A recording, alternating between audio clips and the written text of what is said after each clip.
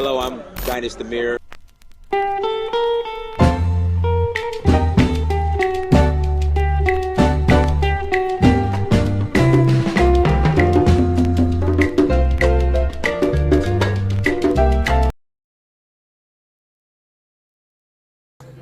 Matt, this afternoon the UN's Refugee Agency released the latest figures on refugees leaving Ukraine since the war began. That figure is now at 846,000 people. Yesterday that figure was floating at around the 660,000 mark, so that gives you an idea of how quickly this refugee crisis is accelerating. I would not be surprised at all if by the weekend we're looking at over 1 million people.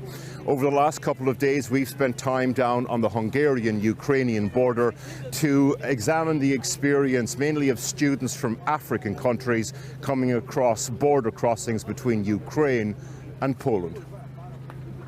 The tiny village of Zahon on the Hungarian border with Ukraine is basically just a train station. Now, though, becoming a major transit point out of Ukraine. Nigerian students, 50 people, please come with me. Nigerian embassy officials are here, for example, transporting hundreds of people to Budapest, mainly students who've been walking for days. The people we spoke to said they'd come out via Hungary in order to avoid the Ukrainian-Polish border exit points to the west. Budapest. Suddenly, word spreads the train on platform 1 is leaving for Budapest. Even here on the border, war, too close for comfort.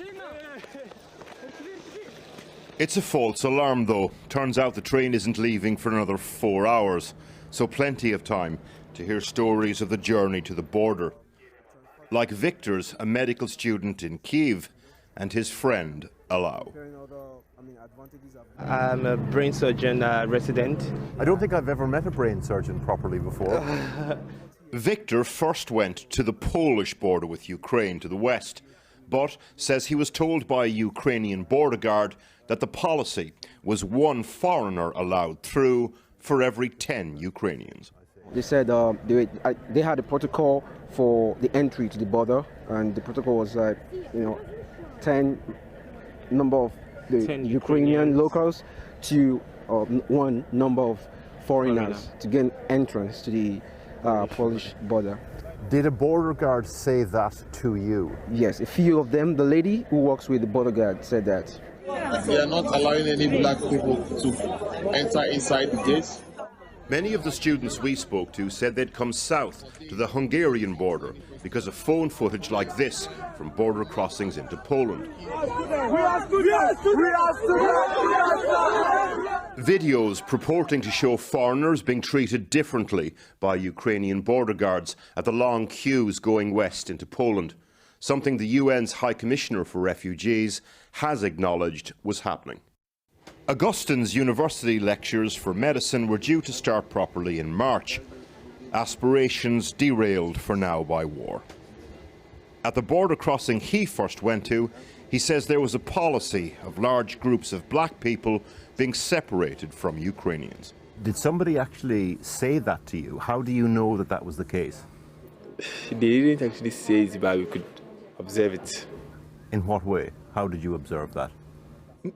We saw, we were in a queue. At first, blacks it wasn't like that. We were all moving together. That it got to a time, blacks were somewhere else, and other white color skin were also somewhere else, and they were actually moving a little bit faster. The blacks weren't going at all. Did they separate the queues? Yes. So black people were in one queue and white people were in another queue? Mm-hmm. Black people are eventually getting across into Poland, though. But unlike Ukrainians who are being picked up by friends and family, foreign students, for example, have to wait longer at places like Przemyśl in Poland. Właśnie odprowadzamy pana, który chodzi po Przemyślu bez dokumentów. Nie wiem po co. Żadnych dokumentów. Last night, patrols from the Polish far right confronted refugees in that town.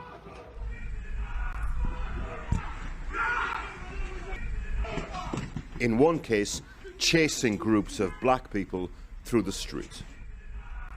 In normal times, people from African nations would need to apply for Schengen visas to go from Ukraine to Poland.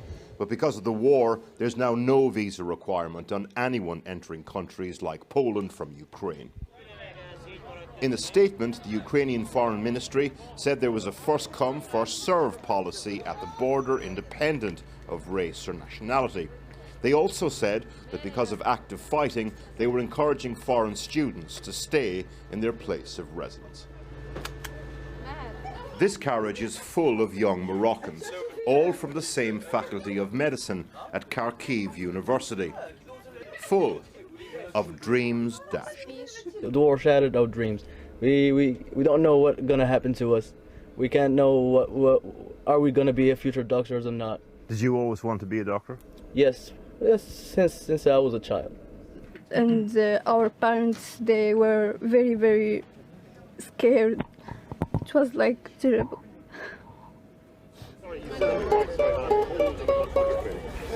These are not the only refugees for whom war has wrecked aspirations. That's so cool. Is that you? Margarita, for example, waiting on the platform, is a Ukrainian artistic gymnastics champion. One of the casualties of war can be the aspirations of the young, people's plans for themselves torn up, inequality accentuated.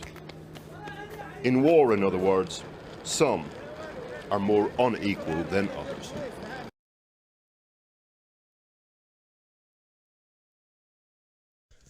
I am still trying to figure out why Africans are going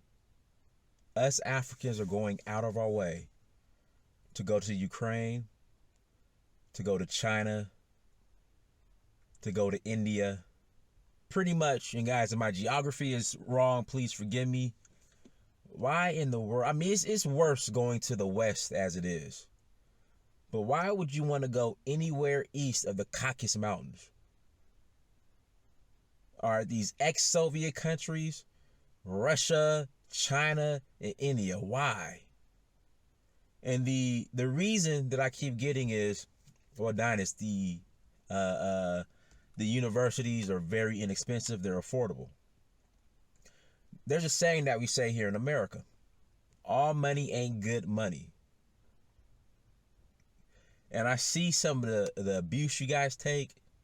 I see what you guys go through, the racism, and you guys have no protection, all in the name of getting a cheap degree. You go through all of that in the name of getting a cheap degree. Why not just go to Cuba? Why not just go to Cuba? From what I understand, Cuba has a great, when it comes to, medical and being a doctor, the medical field. I heard their system is great when it comes to developing doctors. Why not go there?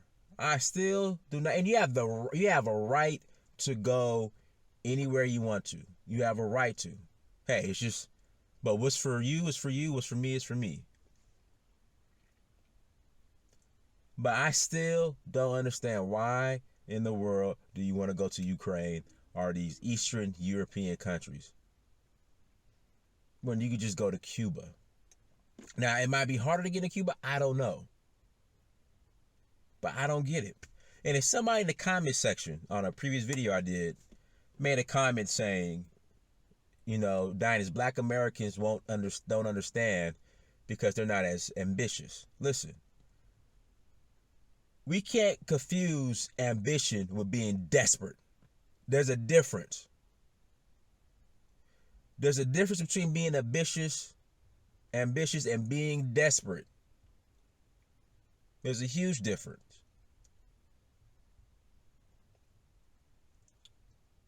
A huge difference. That's just a whole nother show. That's a whole nother show. There's a difference between being ambitious and being desperate. So don't confuse ambition with being desperate. I know when somebody's being ambitious, and I know when somebody's being desperate. It's a huge difference. Guys, we have to, in 2022, my African brothers and sisters, we got to stay from east of the Caucasus Mountains, okay? Do not go east of the Caucasus Mountains. Again, here we go. Don't go east of the former Soviet countries, going to China and India. Stay out of there. Stay out of there. Don't go that way.